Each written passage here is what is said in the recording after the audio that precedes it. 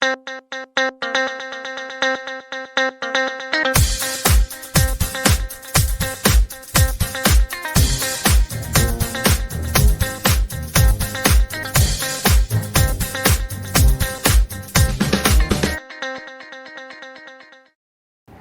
¿cómo están? Buenas tardes, buenos días, buenas noches, depende del momento que vean este podcast. Un capítulo más del arte de conversar y estamos muy contentos porque vamos a recibir a una invitada que nos va a hablar sobre su manera de pensar, sus conceptos, su ideología política, sobre la sociedad, sobre la coyuntura que estamos pasando en estos momentos y visto sobre todo de una manera educacional, de una óptica educativa, ya que ella es maestra. Noa, ¿cómo estás? Muy bien, Víctor. Encantada de estar en ese programa y saludar también a todos tus seguidores. Y qué bueno que se haya abierto este espacio. El arte de dialogar, eso es lo que nos hace falta en este país. Sí, pues muchos piensan que... Bueno, nosotros quisimos ponerle, te comento, el arte de discutir. Pero la gente entiende como discutir como pelear, ¿no? Así es. Entonces tratamos de cambiarlo por conversar. Pero en realidad discutir pues es conversar, dialogar, claro, de una forma... Intercambiar opiniones. Lo ideal es de una forma dialéctica, ¿no? Que se sintetice todas las ideas. Cierto. No, quiero empezar la entrevista o esta conversación, mejor dicho, de lo general a lo particular. Estamos ahora en nuestro país donde la gente, entre comillas, es libre, pero sus decisiones están sometidas por el sistema, por el trabajo, por las ocupaciones, por las mismas ideas. Por lo tanto, yo quisiera preguntarte, Noa, ¿cuál es tu concepto de libertad? Bueno, dentro de lo correcto sería pues la libertad, hacer lo que uno quiere, pero sin hacer el daño a los demás, ¿no? Pero en este país, libertad se entiende hacer lo que se quiere, lo que quiere, pero perjudicando a los demás. Entonces, no estamos viviendo en una completa libertad. La libertad también tiene que ver mucho con el respeto, con la disciplina, con buscar también el bien común, ¿no? Eso es libertad, para sentirse bien todos, ¿no? Dentro de lo que es el concepto pleno, podríamos decir, de lo que se refiere a lo que es libertad. Uno cree que es libre, pero, por ejemplo, ¿no? A ver, puedo dar una idea. Tienes un trabajo mediocre con un sueldo mísero que no te dignifica en nada, pero tu otra opción, bueno, te pueden decir, tú eres libre de escoger ese trabajo si quieres, pero la otra opción es morirte de hambre. ¿Somos libres? Por eso digo, la libertad en este país se está entendiendo como sometimiento, ¿no? Mira, tú eres libre, pero yo te doy estas reglas, ¿no? Estas normas, que si bien es cierto, las normas dentro de una sociedad son buenas, pero dentro de nuestro país, esas normas que se dan, las cumplen solamente ¿quiénes? La clase de abajo, como lo llamamos popularmente, ¿no? ¿Quiénes salen de estas normas? Los de arriba, los que tienen el poder. Claro. Entonces, ellos tienen la completa libertad de hacer lo que quieren, pero también de destruir lo que tenemos hoy, ¿no? Este país. Están destruyendo con todas sus decisiones, ¿no? Entonces, uno podría decir la libertad es libre para decidir, para opinar, pero yo siempre me voy a basar en esto, ¿no? Sobre todo basándome en la coyuntura política. La libertad es las decisiones que uno toma, pero qué bueno sería que esas decisiones sean en beneficio de todos, ¿no? Claro. Lo que no vemos ahora. Eso es cierto. Se cree que la democracia, como yo lo veo, no sé si tú me dirás si es tu idea, también la compartes, la democracia es votar cada 5 años. ¿Tú piensas lo mismo? ¿Eso será el todo de la democracia, el concepto? Nos hemos acostumbrado otra vez a un término general, ¿no? A entenderlo, la democracia. Bueno, pues yo soy ciudadano, mayor de 18 años, me voy cada 5 años y porque no me cobren la multa, me voy y impregno mi huella, dejo mi firma, por quien sea, las finales a veces, ¿no? Se va y marca por cualquiera, ¿no? Y a eso lo llamamos democracia, cuando la democracia no es eso, ¿no? La democracia va más allá de una firma, de un voto popular. La democracia es vigilar también nosotros como ciudadanos a quién hemos elegido, ¿no? Y bueno, pues aquí elegimos de cada 5 años y los dejamos que hagan lo que quieren. ¿no? Se cumple el periodo y nuevamente tenemos la esperanza de que se renueve a través de nuestro voto y de nuestra firma y que llegue alguien que haga algo, ¿no?, de bien por los demás. Entonces hay que ir quitándonos ese concepto de democracia que solamente se relaciona con un voto popular. ¿Tú crees que ese es el mejor sistema que tenemos en el mundo, la democracia? Porque hay ejemplos de países desarrollados que se han desarrollado en democracia, siendo dictadura. Es que el ser humano a veces, mira, el ser humano actúa a veces siempre al revés, decimos, ¿no? Tenemos libertad y hacemos lo que queremos y siempre perjudicando, saliendo de las normas. En los países que ha habido democracia completa, no ha habido un completo orden, ¿no? Entonces, ¿a qué se han sometido en los países, por ejemplo, desarrollados? ¿No? China, Japón, Rusia, a ciertas normas, ¿no?, que implica también sometimiento de uno u otro modo de la conducta del ser humano. ¿Para qué? Para poder actuar dentro de lo correcto y no se caiga en extremismos, ¿no? Claro. Entonces, pero la democracia siempre es bueno, entendiéndolo como la libre opinión, la decisión de que uno toma también, la voluntad para elegir, ¿no? Pero si el ser humano lo entendería desde ese modo, entonces lo aplicaría realmente lo que es la verdadera democracia, claro, ¿no? Pero bueno, pues, nuevamente repito, el ser humano siempre tiene que estar, parece, atado a algo para que no caigamos en los extremos, cuando no debería ser eso, ¿no? Rafael Correa, no sé si has escuchado sobre Rafael Correa. Sí, decía es presidente de Colombia. De Ecuador. Perdón, de Ecuador. Decía, la democracia es el sistema menos peor que tenemos. Claro, él es un gran analista y él decía, pues no, tenemos este sistema, digamos, democrático ya bastantes años, ¿no? Manoseado por los políticos. Y pues no nos saca del subdesarrollo. Y hay países que sí se han desarrollado, pero con dictadura, ¿no? Claro, no dice que tenemos que llegar a una dictadura, pero sí nos da como que ya esa duda, ¿no? ¿Es buena la democracia? ¿No es buena la democracia? ¿Necesitamos de la democracia? Yo creo que depende más de aquellos que lo aplican y de los que lo cumplimos, ¿no? La democracia. La democracia es buena siempre y cuando, digo yo, ¿no?, todos los seres humanos o dentro de una sociedad, nosotros sepamos lo que es correcto y lo que es incorrecto, ¿no? Y que nos basemos siempre en valores y en normas. Pero en nuestra sociedad, pues hablar de democracia a estas alturas, con la sociedad desbordada que tenemos, entonces ya no cabe ese término. ¿Qué tenemos que hacer? Reorganizar todo, ¿no? Tal vez quitarnos un poco los conceptos de estos términos y empezar a someternos nosotros mismos desde casa. Yo siempre estoy convencida que desde casa hay que someternos a normas y tener, pues, principios dentro de nuestro vivir diario, ¿no? Claro. Pero aparece un poco más ya oclocracia, no sé si has escuchado ese término, ya el gobierno de la muchedumbre, ¿no?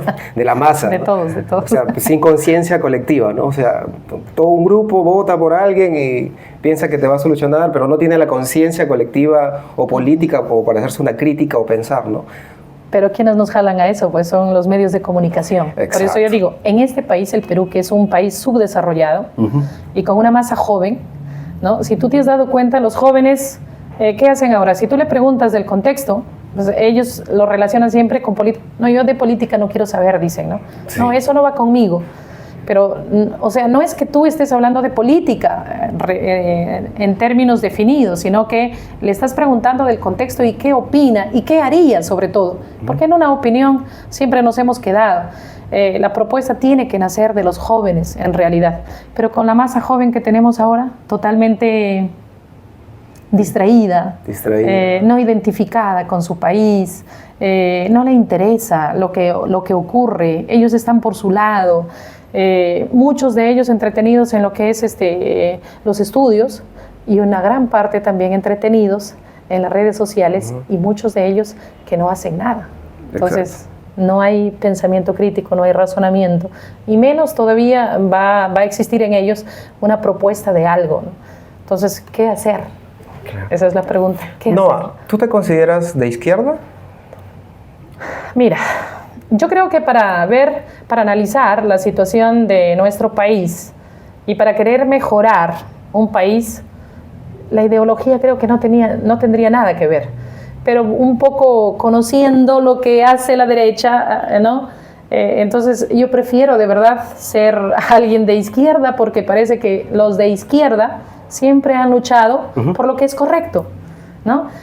Los de izquierda siempre lucharon, por ejemplo, por los derechos laborales, están allí siempre exigiendo, ¿no?, que se respete los derechos de los demás.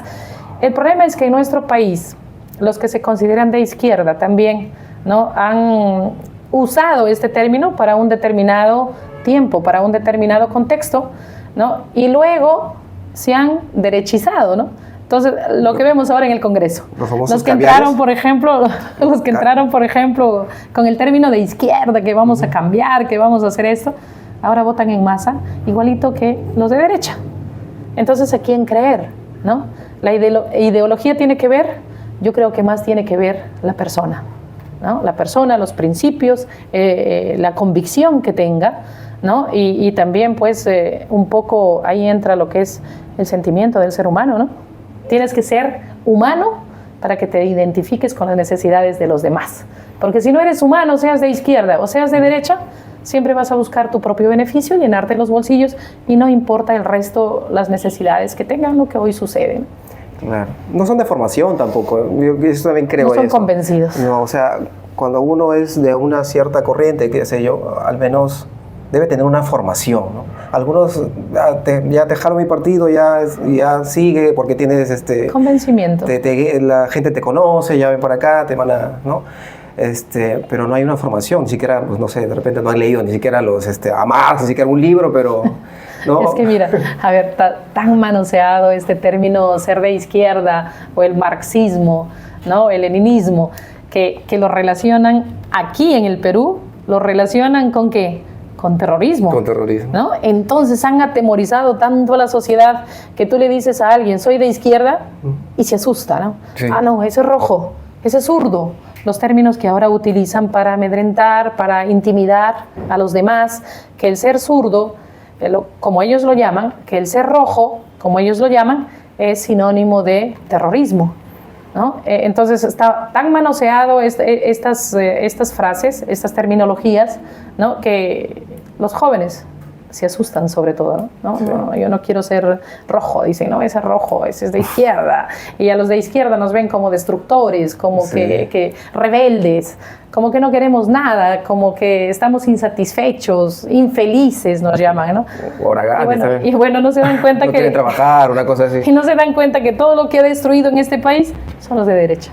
Eso es cierto, o sea, siempre cuando he conversado con alguien, si es que no he discutido alguna vez, me dice, pero ¿cuándo ha habido un gobierno de izquierda que ha sido exitoso? Pero nunca ha habido un gobierno de izquierda, ¿no? O sea, me preguntan, ¿qué gobierno socialista ha sido exitoso, o sea, desarrollado en el Perú? Pero la pregunta debería ser al revés, ¿no? Tantos años y un gobierno de derecha no te ha llevado al desarrollo, ¿no? Esa debería ser primero la pregunta, porque esa es la realidad. Lo otro es algún caso hipotético que todavía no sucede. Claro. Mira, al gobierno no ha llegado en realidad alguien de izquierda. O sea, si lo relacionan con Pedro Castillo mayormente, ¿no? Castillo no era de izquierda, pues él venía de un gobierno de Toledo, por ahí, por ejemplo, que creo que fue candidato, ¿no? Él llegó a un partido con ideología de izquierda, pero después, cuando se da cuenta en dónde está, empezó nuevamente a dejarse presionar ¿por quiénes? Por los que tienen el poder en este país, o sea, y hay que decirlo claro, ¿no? ¿Quiénes tienen el poder en este país? Los partidos que han acaparado todos los estamentos del Estado, ¿no? Que es el APRA, el Fujimorismo, ahora Aliaga y este señor de Soto, ¿no? Entonces, ellos son los que manejan mayormente a este país porque han metido a personas en todos los poderes del Estado y allí están acomodándoles como piezas de rompecabezas, ¿no? Claro. Entonces, ¿cuál es el gobierno de izquierda que hemos tenido en el Perú? Que nos digan qué gobierno de izquierda hemos tenido en el Perú. No ha existido, pues. Entonces, durante la historia del Perú no hay un gobierno de izquierda. Eso es cierto. los poderes fácticos, ¿no? Que tú hablas, ¿no? O sea, llegar a la presidencia, mucha gente piensa que llegar a la presidencia es tener el poder, y no es así. El poder está en los poderes fácticos, ¿no? El legislativo, bueno, el Congreso, pero el poder económico, también, el poder mediático, también, el poder religioso, todo está ahí. O sea, ellos son los que van a dirigir, ¿no? Si es que no hay alguien o una persona, digamos, en términos más populares, con los pantalones bien puestos, ellos son los que te van a dirigir. Mira, lo que hay que agradecer a Pedro Castillo, en realidad, fuera de todo, y tras de ello, todo lo que se descubrió en este país. Porque creo que todos estábamos ciegos, ¿no? Todos nos quejábamos de la realidad, de los problemas y todo eso, pero ¿con quién se devela toda la crisis que ha estado allí siempre permanente y que no nos hemos dado cuenta, o que nos dimos cuenta tal vez, pero que no queríamos hacer nada, ¿no? Es con Pedro Castillo. Es cierto. ¿No? Ahí se dio cuenta quién influencia en el gobierno en el sistema de este país. ¿Quiénes están ahí? Los grupos de poder, como tú dices, ¿no? A ellos no les convenía que haya alguien, pues, que diga que se tiene que cobrar todo lo que se debe al Perú, ¿no? Entonces, no les convenía a estos señores, a estos grupos políticos, porque no se puede decir que ni siquiera son partidos, son grupos políticos en realidad. A estos grupos políticos no les convenía también que se haga un buen gobierno, que llegue alguien que mire abajo a las grandes masas de postergados que está por cientos de años. No les convenía que se haga un buen gobierno porque ahí pues se les quita el terreno a ellos, ¿no? Entonces la gente abriría un poco más su cabeza y diría pues que ellos han sido de verdad los grandes destructores de este país. Mira cómo estamos, tenemos un país sometido a la delincuencia y no hay forma de salir de ello. O sea, no hay decisión, no hay voluntad de querer mejorar. ¿Cuántos peruanos mueren cada día en manos de la delincuencia? Claro. ¿Y qué están haciendo? Si tú te pones a analizar, pues una señora que piensa que está viviendo en un país de las maravillas y que no pasa nada en este país, ¿no? Que nos manda a tomar epavionta cuando se le reclama algo. Un ministro del Interior borracho de poder, solamente defendiendo lo que a él le conviene, porque bueno, pues abogado de delincuentes, ¿qué puedes esperar de un señor así? Policías involucrados dentro de las organizaciones criminales. O sea, se podría mejorar, se podría confiar en estas personas que podrían mejorar algo de lo que viene sucediendo en nuestro país. No, por eso es que la delincuencia ya le ganó, ¿no? Sobrepasó el poder de la policía, de los militares y de todo. Nosotros ahora estamos en manos de ¿quién? En manos de los delincuentes, ¿no? Eso es muy cierto. Sí, esta mirada que has dado tú sobre lo que está pasando en el país, sobre la delincuencia, la extorsión, pues es muy cierta, ¿no? Un punto a tomar en ese sentido, porque a veces solamente quieren dar como que recetas para suavizar todo, combatir con más fuerza, ¿no? O más cárceles, o más balas, ¿no? Pero esto es un tema más de fondo, ¿no? Que se tiene que solucionar, creo yo, también en parte estructural, y ahí también está la educación. Tú eres maestra, ¿verdad? Mira, tú eres maestra. Ahí sí tenemos que ahondar en el tema. Tú eres maestra. ¿Tú qué crees que está pasando en la educación? Nos están recortando por todo lado, en realidad, la decisión o la intención que tenemos en esta parte de lo que corresponde a educación. Por todo lado quieren a nosotros cortarnos las alas y mantenernos también callados para no hacer nada. ¿Qué hace el estudiante ahora en el aula, por ejemplo, ¿no? El estudiante al maestro puede decirle de todo, puede faltarle el respeto, puede pegarle incluso, y el maestro tiene que mantenerse en silencio. El estudiante llega borracho y no puede suspenderlo porque está recortándole el derecho a la educación. El estudiante llega con droga y no puedes tampoco expulsarlo del colegio porque estás restringiendo el derecho a la educación. O sea, se ha hablado tanto de derechos y a los estudiantes no se le hace conocer de sus deberes. Y cuando el maestro quiere hacerle conocer de los deberes, ¿no? ¿A qué estamos expuestos nosotros? A una denuncia. A una denuncia, a una destitución, a una denuncia por maltrato psicológico, ¿no? Ahora se ha manoseado tanto este término de acoso sexual, sobre todo para los maestros varones, que si alguien pues le queda mirando fijamente a un estudiante, y si a ese estudiante le tiene cólera al maestro, automáticamente lo van a denunciar por acoso sexual y va a ser destituido. Ahora ha salido una ley reciente en la cual nosotros estamos... Vamos a hablar un poquito más de esto, sobre esa ley. Y sí tienes razón, ¿no? Yo he tenido algunas experiencias, no conmigo, yo también soy maestro, ya, y sí tenía algunos colegas que sí les ha pasado eso. Muchos de ellos inocentes. Y muchos de ellos inocentes, pero como tú dices, el maestro tiene la de perder, ¿no? Ya, a callarse. Tiene la de perder y estamos en una, digamos, una generación donde no es como antes, ¿no? Que el papá venía y te... Avalaba ¿no? que te corrijan. Avalaba que te corrijan, pero ahora es... No, es lo contrario. Tú jalas al alumno, el papá no va a reclamar al alumno, va a reclamar al profesor porque lo jaló, ¿no? O sea, claro, mira, eso es lo peor, Víctor. A ver, yo con la experiencia que tengo en el aula, tú le has llamado la atención al estudiante, el papá o la mamá, en lugar de agradecerte que te está ayudando, que le estás ayudando a formar a su hijo, porque bueno, pues ellos tienen que trabajar y todo eso, entonces en donde pasan toda la tarde o toda una mañana es al frente de un maestro. Entonces, yo como madre de familia, ¿qué haría? Pues yo me tengo que ir a averiguar primero por qué le llamaron la atención a mi hijo, ¿no? Y agradecería a ese maestro o a esa maestra que está haciendo mi lugar de corregir a mi hijo, porque yo no lo estoy viendo en ese momento cómo está actuando. Pero ¿qué hace la mamá, el papá? Usted no tiene derecho de llamarle la atención a mi hijo. Usted no tiene derecho de levantarle la voz a mi hijo. Entonces hay una complicidad entre las leyes y los padres de familia. Mira, si el padre de familia educara bien a su hijo, ¿no? Y corrigiera desde casa, porque en realidad el maestro ni siquiera tendría la responsabilidad de corregir a esos niños, porque el maestro, ¿qué es lo que tiene que hacer? Ayudar en conocimientos al estudiante, dirigir los conocimientos del estudiante, ¿no? Claro. Porque los valores, ¿de dónde tienen que traer? De casa. Entonces ahora los hogares prácticamente no hacen su función de lo que es la función de padres, claro. Formar a sus hijos, ¿no? Decirle al hijo, mira, no se toca lo que es nada de nadie, lo que me decía mi papá, por ejemplo, mira, no se toca ni siquiera lo que es una aguja, y si tú tocas eso, ya verás lo que te pasa. Entonces, bastaba eso que nos digan, sin necesidad de llegar a los golpes, claro. ¿No? Y tú entendías que no es bueno tocar un lápiz, una pintura, un cuaderno de los demás, porque entonces en ti te estaban metiendo que robar es malo, aunque sea poquito que sea, ¿no? Y que no es bueno hacer eso. Pero el padre de familia ahora, pues no son niños, dice, no son niños, hay que dejarlo, o es joven, es adolescente, usted no ha pasado por esa etapa, lo vas a traumar. Dice. Pero si no formamos desde esa etapa, hoy tenemos la sociedad desbordada. Claro. ¿Y quiénes están metidos en la delincuencia? ¿No están metidos jóvenes, mayormente jóvenes?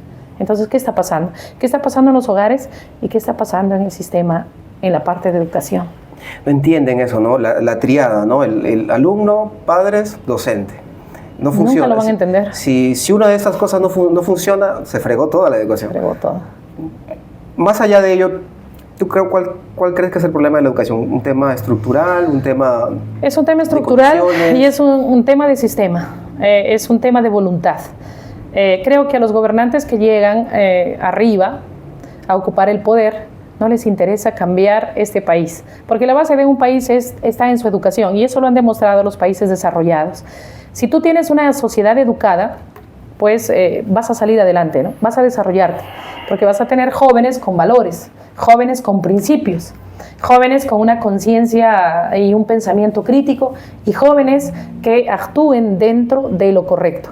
Pero aquí en el Perú, pues imagínate, con un currículo, que tú eres maestro también, que ni siquiera se adecúa a nuestra realidad, un currículo general para todos, cuando en realidad decimos que somos de diferentes culturas, que nuestro país es multicultural, ¿no? Entonces, adecuar a todos a un solo parámetro de educación, desde ahí viene el fracaso. Por otro lado, se perdieron estos cursos que va con la identidad de nosotros como peruanos, a querer y amar a nuestra patria. No existe en ese contexto. Entonces se han quitado algunas áreas que eran buenas para la formación de los estudiantes en lo que es el aspecto de identidad. Por eso es que el alumno ahora le preguntas, ni siquiera el himno nacional lo sabe, porque han prohibido todo. No formaciones, porque bueno, pues no hay adecuación también en los colegios para poder hacer la formación. No tienes que perder ni siquiera un minuto de clase, te dicen, ¿no? Antes te paraban ahí 10, 15 minutos y tenías que hacer fuerte el himno nacional, si no te pasaban al aula. ¿Eso qué es? Amor a mi patria. Claro. Pero ahora ya no se da eso, pues el estudiante ni siquiera lo sabe el himno nacional. Entonces, ¿en qué país estamos? Estamos desbordados, sinceramente, si no comenzamos por la educación. Hay un estudio que dice que de cada 10 cosas que le enseñas a un alumno, 7 no aprenden. O sea, 3 cosas aprenden y 7 nunca las van a aprender. Yo soy de la idea que tiene que ver mucho las condiciones materiales. Me explico. Sí. Por ejemplo, ¿de qué vale que tú le enseñes mucho conocimiento a un alumno si el alumno no desayuna en su casa? Va a venir a dormirse, las ¿no? Condiciones. No. ¿De qué le sirve que le enseñes muchas cosas si el alumno se demora 2 horas de su casa al colegio? Llegó cansado. No te va a rendir tampoco, ¿no? Entonces tienen que ver mucho las condiciones materiales. Me gusta mucho el sistema chino, la verdad, que les atrae o no. Te van a decir comunista. Si están de acuerdo o no, pero el sistema chino, si no me equivoco, está en el primer lugar en educación. Antes estaba Finlandia. Finlandia se mantiene dentro de los 5, pero ahora está China como que liderando siempre todo. Y cuando tú revisas, no es que ellos le den mucho más dinero a la educación, que está bien eso, pero que ellos están adecuando. Por ejemplo, China ha construido más trenes que toda Europa en 40 años. Entonces los jóvenes pueden ir a sus colegios sin perder tiempo. Alimentación, estructuras del colegio, todo. O sea, y ahí se ve el progreso, pero eso no lo entienden acá. Acá piensan que darle más horas de estudio ya va a ser mejor. Darle más aumentarle más horas de matemáticas y eso va a ser mejor. Es una idea equivocada, mira. Comprobado está de que el estudiante, si no tiene el estómago lleno, pues va a tener una cabeza vacía, ¿no? Porque va a estar de sueño, sin ganas. O sea, ¿qué motivación puede tener ese estudiante si vino sin desayunar? La mamá salió temprano a vender en el mercado, no regresó para hacerle el almuerzo de los que estudian en el turno tarde, ¿no? Y se van a veces con esas, y tú lo ves durmiendo sobre la carpeta. A ver, levántalo y dile que lea un texto o que te atienda las clases de matemática en la pizarra si lo vas a poder lograr. No se va a poder lograr. O sea, es muy cierto lo que tú dices, ¿no? Las condiciones tienen que ver mucho. Ellos piensan que con dar caliwarma en primaria y en inicial, si no me equivoco, también lo dan. Pero ¿qué tipo de caliwarma dan? O sea, unos alimentos, mirándolo, decir, mira, tú vas a comer esto porque tú prácticamente eres de otra clase. Claro, o sea, ¿no? ni el ministro lo come eso. Oye, y hígado, no sé qué, les dan así en unas latas, que el niño, pues, con mirarlo nada más no lo va a comer. O si es que lo come tal vez por el hambre que ya le agobia, ¿no? Entonces, invertir en educación para ellos no existe. Sin ir muy lejos, aquí de Venezuela, que tanto nos admiramos del colapso de su sistema y de todo que lo criticamos. Mira, los estudiantes que vienen de Venezuela, yo pregunto a veces, ¿cómo es la educación allá?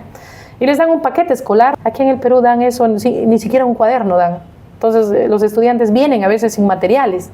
¿Qué les dan a ellos? Asegurado su comida. Aquí en el Perú, ¿les dan comida? No les dan, ¿no? Entonces, ¿qué podemos hacer para cambiar todo eso? Decisión y ganas de hacer bien las cosas, voluntad y tener pues un poco, como te digo, de empatía.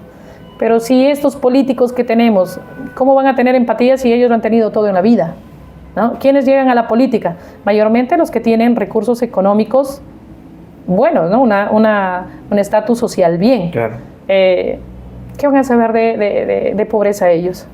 ¿Qué van a saber que los estudiantes que nosotros tenemos vienen de zonas periféricas y que a veces ni siquiera tienen servicios básicos, que tienen que esperar la cisterna de agua para que llenen a la semana, tienen que hacer sus necesidades en un hueco que hacen por allí en la arena, que no tienen una mesa muchas veces para sentarse, que no tienen luz para poder estudiar? Es así la realidad de nuestra educación. En el campo, en las zonas periféricas de las grandes ciudades, hay esta realidad. Y las condiciones del maestro no son menos que los estudiantes. Si no tienes una mesa para poder dejar tu material, ¿no? Entonces, si no tienes un enchufe donde puedas llevar, aunque sea una canción, para que puedas motivar a esos estudiantes, ¿puede decir que tú eres mal maestro? Lo que nos catalogan ahora la sociedad. Claro. Los maestros dicen, haraganes, ¿cómo está el sistema educativo público? porque hay malos maestros, dicen, ¿no? Y piensan que los colegios públicos son los mejores, pero no se dan cuenta que en los colegios públicos hay comodidades, el privado, hay medios, en los colegios privados, ¿no? Hay medios. Todos los estudiantes tienen una laptop, porque el padre de familia sabe a qué se tiene cuando manda a un colegio privado. Entonces, y ellos nos comparan. Pero aparte de ello, no saben que el colegio privado maneja su propia currícula. O sea, no se someten al currículo del Ministerio de Educación. Entonces, lo acomodan ellos. Están desgregados las áreas. Matemática, por ejemplo, lo han desgregado en ¿qué? En aritmética, geometría, trigonometría, razonamiento matemático. En un colegio público, matemática lo han metido todo ahí, una mezcolanza, que a veces ni el maestro sabe dónde está, ¿no? Se pierde. No sabe qué hacer. Ya no sabe qué hacer, ¿no? ¿Cómo vamos, Marcela? Porque ya me está visitando. ¿Pero podemos alargarlo un poquito más? Ya, perfecto. Sí, porque está buena la conversa. Sí, es un poco trágico, ¿no? Porque siempre cuando no hay buenos resultados en la educación, el primero que miran es al maestro, ¿no? Y muy cierto, ¿no? La educación particular y con la educación pública es muy distinta. Sin embargo, hace unos años salió un estudio que los alumnos que más ganaban concursos eran alumnos de colegios públicos. O sea, como que, ¿qué pasa ahí, no? ¿Qué está pasando ahí? Porque mayormente el hijo del pobre pues se esfuerza más. A ver, yo soy hija de campesinos, por ejemplo, ¿no? He nacido en el campo y me he desarrollado en el campo todo lo que es secundaria. En mi cabeza estaba en que tengo que salir de allí, emigrar, para poder mejorar. Entonces, cuando tú ves la pobreza de cerca, y bueno, yo no me arrepiento de haber nacido en ese tipo de hogar, ¿no? Que no me arrepiento de nada, ahora tampoco no me duele haber nacido en esas condiciones. ¿Dónde has nacido? En una comunidad de Chota que se llama Yangodén Alto, ¿no? Entonces, Cajamarquina. Mi papá se dedicaba a la agricultura, mi madre también igual, un poco ahí a la ganadería, pero éramos 12 hermanos, ¿no? Entonces, imagínate, ver esa cantidad y decir, ¿cómo te desarrollas ahí? Entonces, ¿qué hacía mi padre y mi mamá? Decía, tiene que estudiar porque la única forma de salir de esta situación es la educación, ¿no? Entonces, por eso los hijos de los pobres a veces nos aferramos más al estudio como una forma de poder salir adelante. En cambio, los hijos de los millonarios tienen todo por herencia, como yo les digo a mis estudiantes, ¿no? Si tienen una empresa, ya están mirando allí para que se queden con la herencia. Los hijos de los pobres, ¿a qué nos atenemos?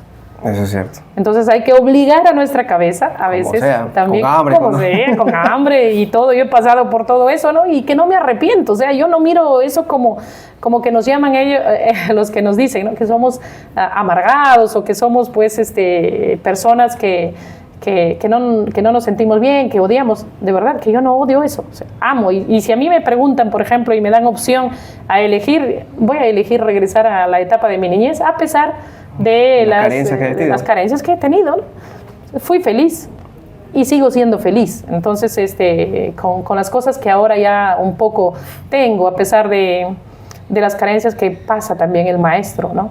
Entonces, aquí hay que repetir que los hijos de los pobres hay que aferrarnos al estudio. Sí. Es la única forma de poder salir adelante. Y por si acaso, ¿no? O sea, salir adelante con la educación no es tener dinero. No. O sea, ser educado no te garantiza que tengas dinero. No. Digamos que es una de las posibilidades mejores que hay. Para que vivas con condiciones humanas. Exacto, con porque condiciones humanas. Una vez escuché un ejemplo, ¿no? Tú estudias con un hijo digamos, es el hijo del rector de la universidad y tú eres pues uno que ha llegado con becado. Uno cualquierito. Por más que tú te esfuerces, tengas los primeros puestos, no te apuesto que el que va a tener un trabajo es el hijo del rector. Es cierto. ¿No? O sea, este sistema ya está podrido desde adentro y así Entonces, funciona. Mira, ahí tú te das cuenta un poco que el pobre siempre va a tener obstáculos hasta para encontrar un trabajo. Tienes que lucharla, ¿no? Tienes que sudarla, como se dice. Pero bueno, pues hemos demostrado que sí podemos, ¿no? Que el estudio no es solamente para aquellos que tienen dinero. El estudio es para todos, en realidad. Claro. Las oportunidades deberían ser para todos. Pero los medios que nos dan para desarrollarnos no es igual.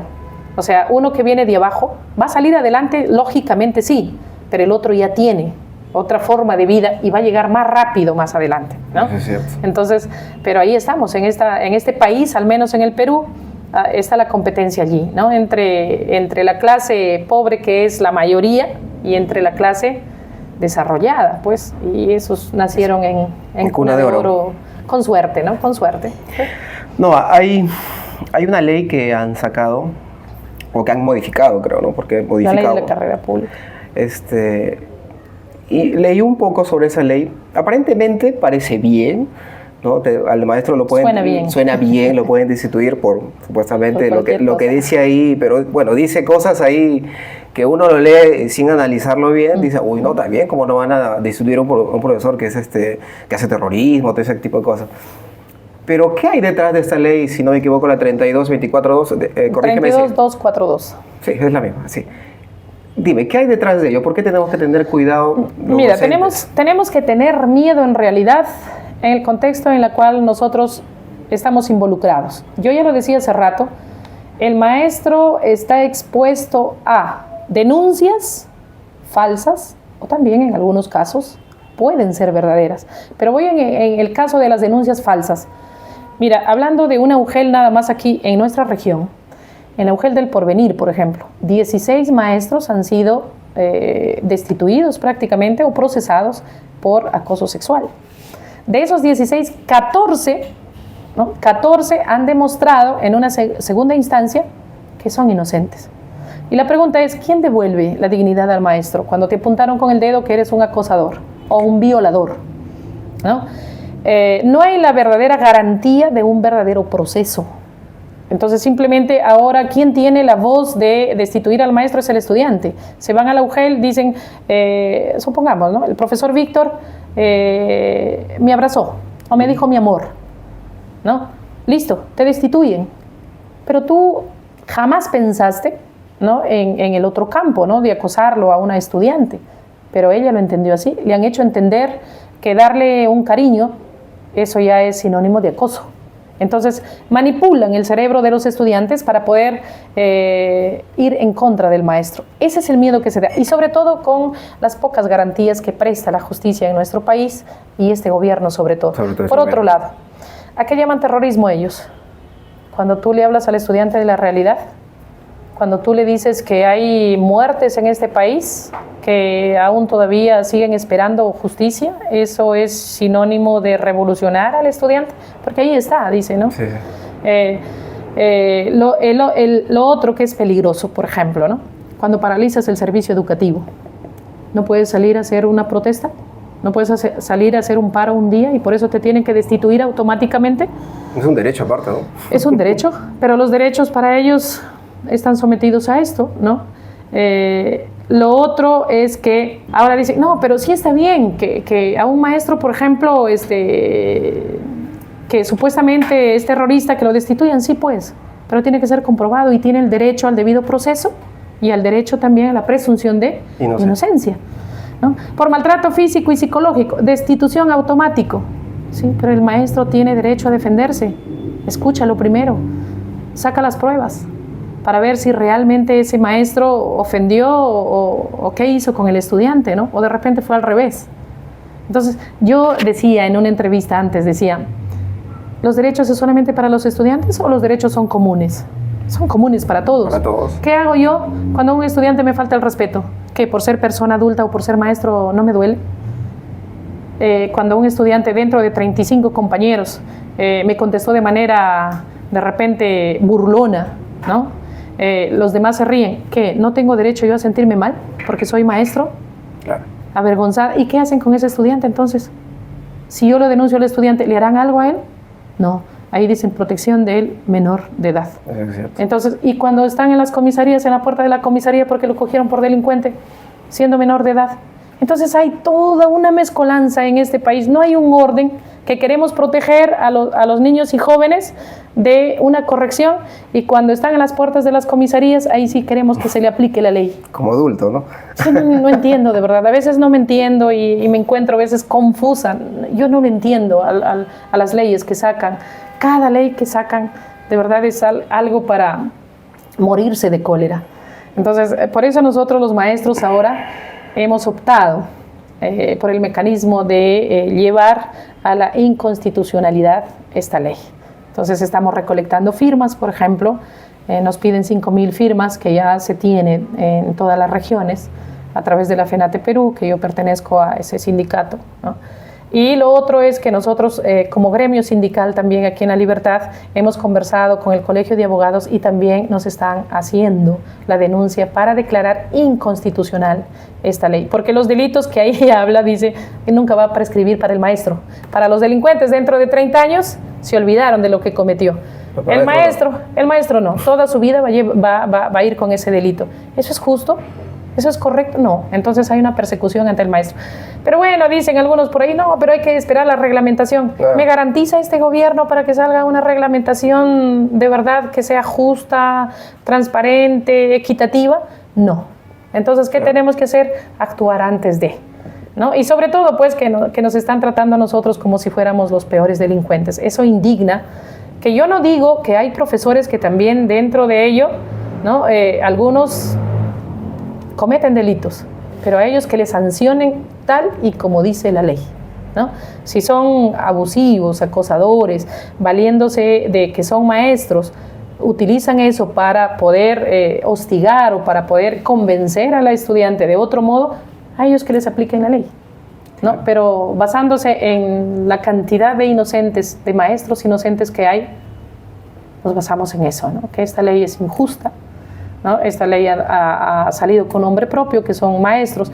Ahora pues lo han tipificado, ¿no? Va a salir una ley para cada trabajador público. Ya salió para los profesores, ahora tendrá que salir, esperamos para los congresistas pues también, eso, a ver, ¿no? Si sale, ¿no? Si ahí están los violadores, ¿no? Con un prostíbulo adentro, entonces a ellos tendrían que aplicarle una ley más drástica, ¿no? Así es. No quisiera terminar con una autocrítica. ¿Qué crees que está pasando con esto de las marchas? ¿Por qué el gobierno en cierto modo ha sabido controlar estas movilizaciones, frenarlas?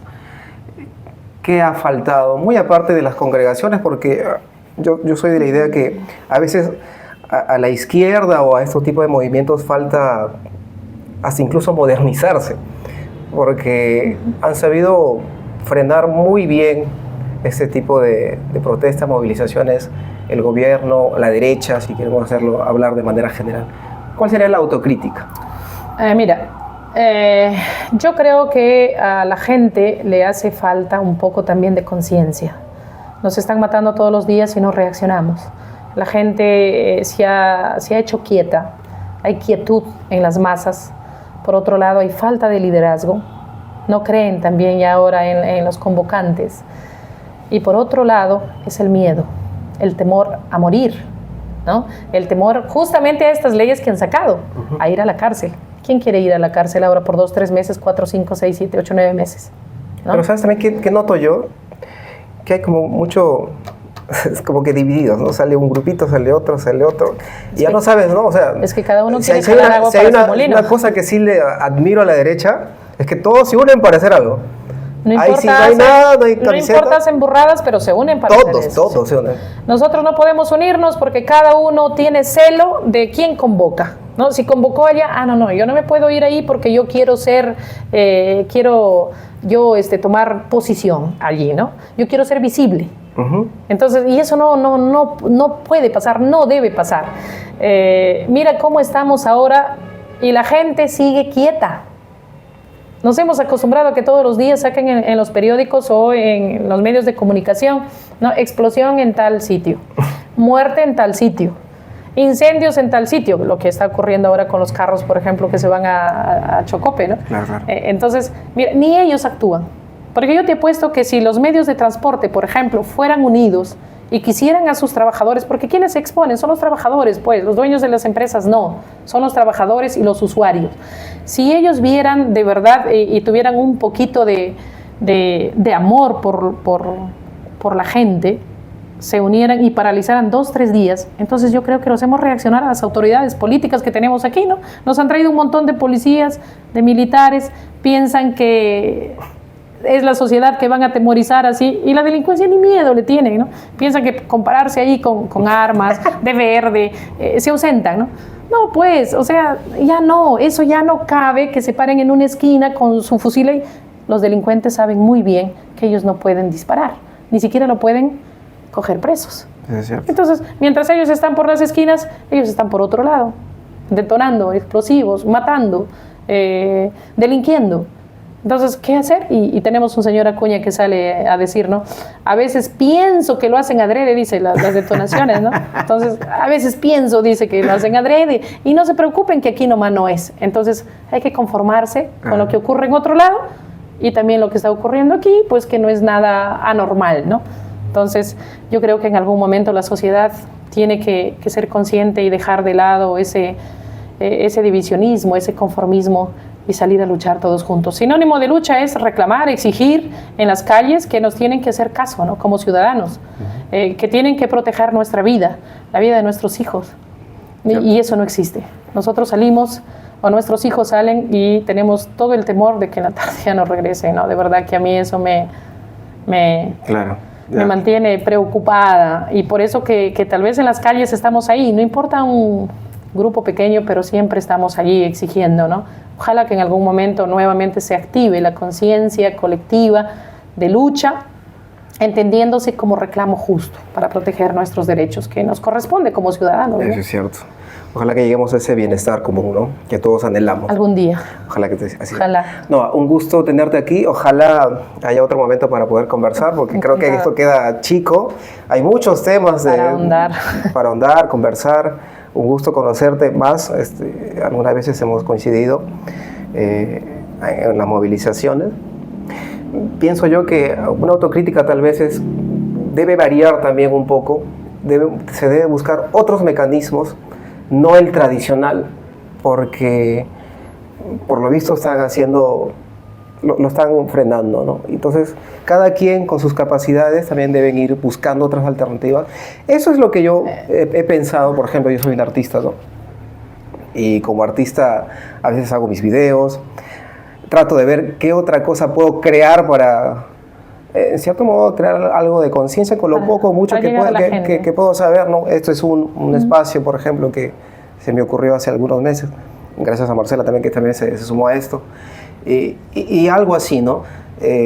Mucha división hay entre profesores, médicos, abogados. Entonces uno como que dice, y cada uno tiene una ideología distinta, una manera de hablar distinta. En el mismo magisterio, ¿no? Estamos divididos, directores por su ladito, los de octava escala por otro lado, los auxiliares por otro lado. Contratados, nombrados. Pero eso es lo que busca el sistema, fraccionarnos. Pero anularnos por fracciones. Entonces, mira ahora con los directores que he pasado, por ejemplo, aquí en La Libertad, ¿no? 80% desaprobados. Ahora sí salen a protestar, ahora sí salen a luchar. Cuando los maestros salimos a luchar, ellos están allí mirando, ¿no? A veces poniéndole la falta a quien se va a hacer un paro. Pero cuando les han tocado ahora sus intereses, ahora sí salen a luchar, pero por lo que les conviene, ¿no? Ese es el problema, o sea que salimos a luchar simplemente por lo que nos conviene y no vemos la causa común. Eso nos falta. Pero tenemos que seguir organizándonos, hay organizaciones que se siguen organizando, nosotros tenemos que seguir haciendo espacios así como tú lo estás haciendo, como Marcela, que se unen a eso, y yo les felicito de verdad. Hace falta fuerza joven, como ustedes, yo siempre digo, ¿no? Nosotros ya estamos volteando la esquina, entonces la esperanza está en los jóvenes, ¿no? La esperanza del presente, porque ni siquiera es del futuro, no sabemos cómo llegaremos mañana, ¿no? Pero es el hoy, el que los jóvenes, ustedes, tienen la gran responsabilidad de cargar este país sobre sus hombros también. No, muchas gracias por acompañarnos. Ojalá se vuelva a repetir. Muchas gracias a ustedes, chicos, por la invitación. Familia, todos, personas que nos están viendo, nos vemos en un próximo capítulo del Arte de Conversar. Chao.